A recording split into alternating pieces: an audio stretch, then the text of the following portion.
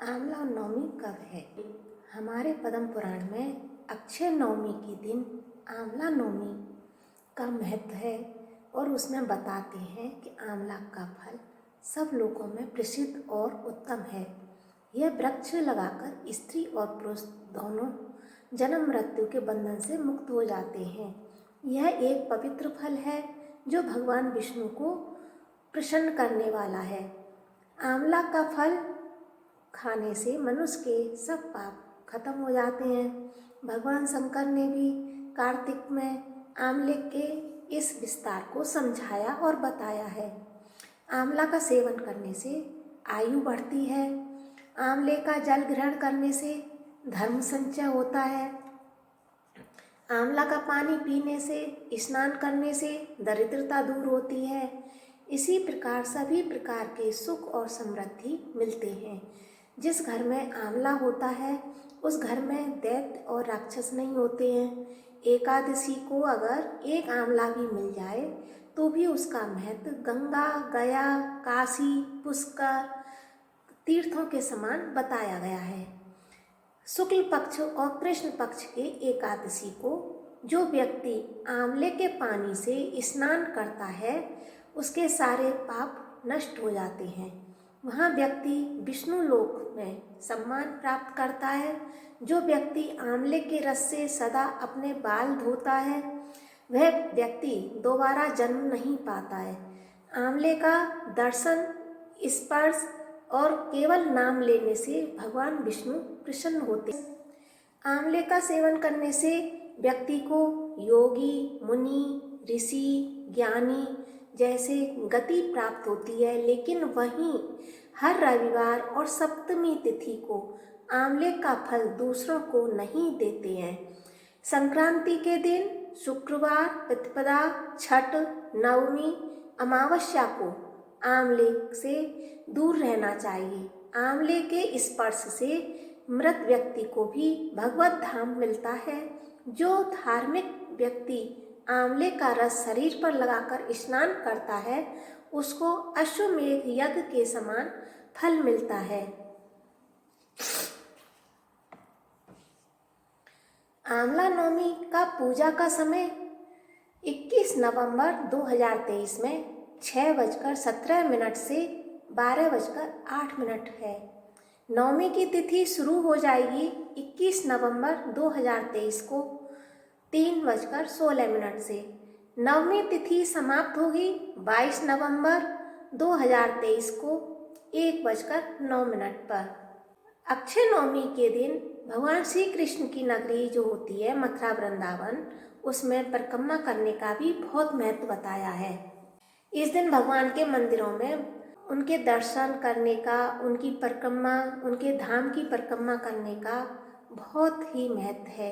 हजारों लाखों लोग मथुरा वृंदावन परिक्रमा करने आते हैं और इसको आंवला नवमी का त्योहार की तरह मनाया जाता है।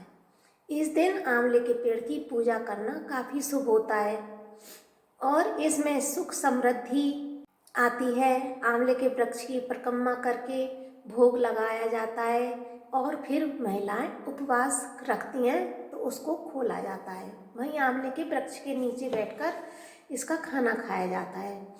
इसकी पूजा विधि हम इस प्रकार है कि इस दिन ब्रह्म मुहूर्त में उठकर नित्य कर्मों से निवृत्त होकर स्नान करें। इसके बाद आंवले के पेड़ की पूजा करें। पूजा करते समय आंवले के पेड़ को दूध चढ़ाएं। इसके अलावा रोली, अक्षत, फल फूल आदि से आंवले के पेड़ की पूजा अर्चना करें। इसके बाद आंवले के पेड़ की परिक्रमा करें, साथ ही दिया जलाएं और उनकी आरती करें। पेड़ के नीचे बैठकर कथा सुने, पढ़ें और कथा समाप्ति के बाद भोग लगाएं और प्रसादी खाएं और ग्रहण करें और बांटें, वितरण करें। अक्षय नवमी की कथा इस प्रकार है। भगवान विश्वनाथ की नगरी काशी में एक निसंतान व्यक्ति रहता था। वह संतान प्राप्ति के लिए बहुत मिन्नतें, कामनाएं कर चुका था, लेकिन उसके घर में कोई भी किलकारी नहीं गूंजी थी। एक दिन उसकी पत्नी को पड़ोसी महिला ने एक उपाय बताया। एक बालक की भैरव को बलि चढ़ा दी जाए तो तुम्हें संतान की प्राप्ति हो जाएगी। इस बात से उसने अपने पति को बताया तो पति ने इससे साफ इनकार कर दिया। इसके बाद भी उस महिला ने भैरव को एक बच्चे की बलि देने का मन बना लिया। तभी एक दिन मौका पाकर उस महिला ने एक कन्या को कुएं में धकेल दिया और भैरव के नाम पर बलि दे दी, जिससे उस पर हत्या का पाप चढ़ गया और उसके पूरे बदन पर कोढ़ हो गया।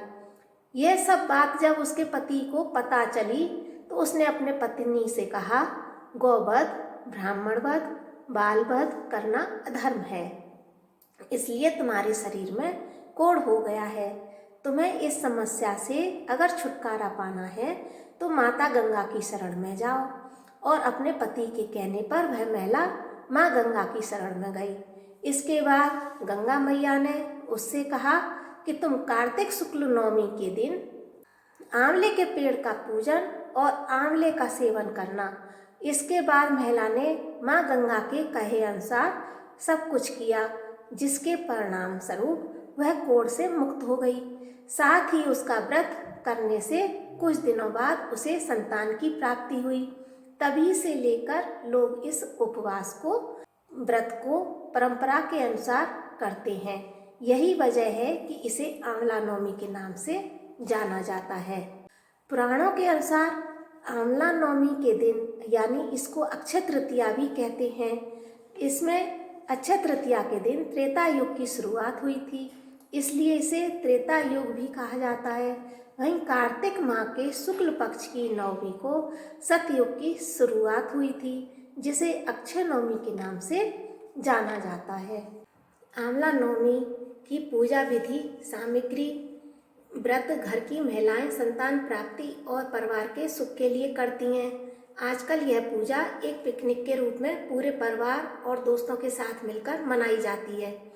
सामग्री इस प्रकार है: आंवले का पौधा, पत्ते एवं फल, तुलसी के पत्ते और पौधा, कलश और जल, कुमकुम, हल्दी, सिंदूर, अबीर, गुलाल, चावल, नारियल, सूत का धागा, धूप, दीप, माचिस, श्रृंगार का सामान, ब्लाउज, साड़ी, दान के लिए अनाज।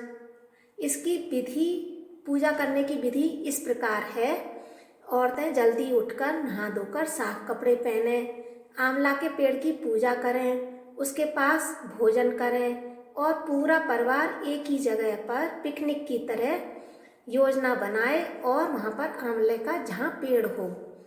कई लोग अपने दोस्तों के साथ, क्लब वालों के साथ इस त्यौहार को मनाते हैं। किसी फार्म हाउस या पिकनिक स्पॉट पर जाते हैं। पूरा परिवार नहीं जाता है, तब भी औरतें तो इस दिन बड़ी धूमधाम से अपने मित्रों के साथ, परिवार वालों के साथ मनाती हैं।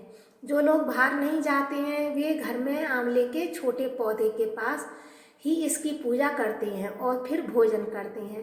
पूरे परिवार के लिए यह एक पिकनिक हो जाती है और उसमें औरतें घर में खाना बनाकर ले जाती हैं और वहीं सब मिलकर खाते हैं। आंवले के पेड़ की पूजा की जाती है, उसकी परिक्रमा का विशेष महत्व है। आंवले के वृक्ष में दूध चढ़ाया जाता है, पूरी विधि के साथ पूजन किया जाता है। श्रृंगार का सामान, कपड़े चढ़ाए जाते हैं। किसी गरीब सुहागन महिला या ब्राह्मण पंडित को इसका दान देते हैं। इस दिन दान का विशेष महत्व होता है। गरीबों को अनाज दें और अपनी इच्छा अनुसार दान दें। सफ़ेद या लाल मोली के धागे से इसकी परिक्रमा करते हैं। औरतें अपने अनुसार 8 या 1 से 8 बार परिक्रमा करती हैं। इस परिक्रमा में 8 या 1 से 8 चीज़ें चढ़ाई जाती हैं। इसमें औरतें बिंदी, टॉफ़ी, चूड़ी, मेहंदी, सिंदूर और कोई भी वस्तु आप अपने मन से, अपनी श्रद्धा अनुसार, अपने हिसाब से कर सकती हैं, चुन सकती हैं और आंवले के पेड़ के एक परिक्रमा लगाते हुए और फिर चढ़ाते हैं। फिर दूसरी परिक्रमा लगाएंगे, फिर दोबारा चढ़ाएंगे। इस तरह से 8 परिक्रमा उस चीज़ से हमें लगानी होती है। इसके बाद इस सामान को हर सुहागिन औरत को टीकी लगाकर दिया जाता है। फिर सब साथ बैठकर कथा सुनती हैं और खाना खाने बैठती हैं। इस दिन ब्राह्मणी औरत को स्वाग का सामान, खाने की चीज, पैसे दान में देते हैं। बड़े बड़े गार्डनों में आंवला नवमी के पूजन का आयोजन होता है। पूरे परिवार के साथ सभी महिलाएं गार्डन में एकजुट होती हैं, पूजा करती हैं और साथ में मिलकर खूब भजन कीर्तन और फिर भोजन करती हैं।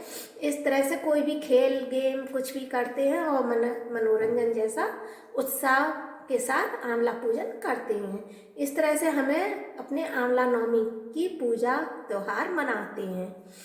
आंवला पेड़ के नीचे खाना खाते समय अगर आंवले के पेड़ से कोई पत्ती गिर जाए तो इससे साक्षात भगवान विष्णु का आशीर्वाद माना जाता है। वहीं भगवान विष्णु को इस दिन आंवला अर्पित किया जाता है और यह इसका सृष्टि के निर्माण के लिए ब्रह्मा जी के आंसुओं से इस पेड़ की उत्पत्ति हुई है और इसे पृथ्वी का पहला फल माना जाता है। इस दिन भगवान की पूजा करते समय उन्हें भोग में आंवला अवश्य अर्पित करें। आंवला नवमी क्यों मनाई जाती है? कहते हैं कि इस दिन माता लक्ष्मी पृथ्वी लोक पर जब भ्रमण करने आई थीं, तब उनको भगवान विष्णु और शिव जी की पूजा एक साथ करने का मन में ख्याल आया था, लेकिन एक साथ दोनों की पूजा करना मुश्किल था। भगवान विष्णु को तुलसी प्रिय हैं और शिव जी को बेलपत्र प्रिय हैं। तब माँ लक्ष्मी को आंवला का पेड़ दिखाई दिया और तब उनको ख्याल आया कि आंवले के पेड़ में तुलसी और बेलपत्र दोनों के गुण होते हैं। तभी से उन्होंने आंवले के पेड़ की पूजा करी।